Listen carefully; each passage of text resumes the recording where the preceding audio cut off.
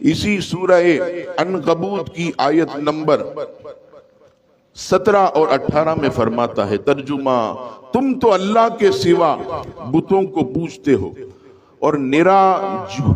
جھوٹ گھڑتے ہو، بے شک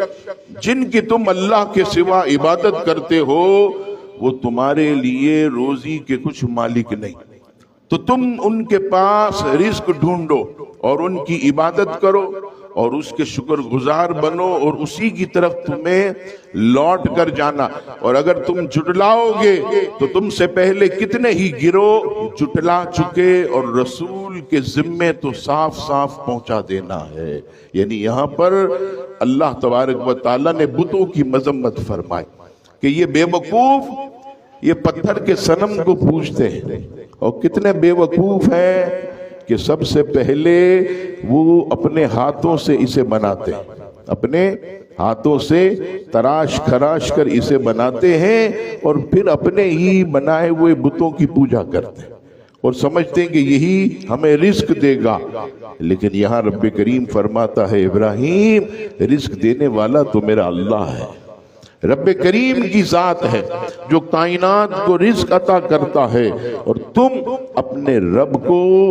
مت جھٹلاؤ، اس کے احکامات کو مت جھٹلاؤ۔ اللہ تبارک و تعالیٰ نے جو تمہارے مقدر میں رزق لکھ دیا ہے وہ رزق تمہیں مل کر ہی رہے گا۔ آپ دیکھیے عزیزان گرامی کہ انسان کے مقدر میں لوگ میرے پاس آتے ہیں، مولانا صاحب پورا سودا طے ہو گیا مکمل، یوں سمجھیے کہ بس سائن ہونا باقی تھا، 1 کروڑ کا نفع تھا، ارے آنن فانن میں ختم ہو گیا۔ تو میں ان کو دیکھ کے کہتا ہوں کہ وہ تمہارے نصیب میں ہی نہیں تھا، وہ تمہارے مقدر میں ہی نہیں تھا۔ کہ آپ کیسی باتیں کرتے ہیں، آپ کو پتا ہے میرے نصیب میں نہیں تھا؟ تو میں کہتا ہوں کہ اگر نصیب میں ہوتا تو کون چھینتا، اللہ تعالیٰ ضرور بضرور تمہیں عطا کرتا، نہ ملا تو نصیب میں۔ جیسے مثال کے طور پر یہ میری دکان ہے، اسی کے برابر میں کسی اور کی دکان ہے، اب گاہک یہاں کھڑا ہوتا ہے، کھڑا یہاں ہوتا ہے، دھیرے دھیرے چل کر برابر میں آتا اور سارا مال وہیں سے لیتا ہے، یہ مال حالانکہ میرے پاس بھی ہے۔ اب جو دکاندار ہے وہ ایسے سر پکڑ کر بیٹھتا، ارے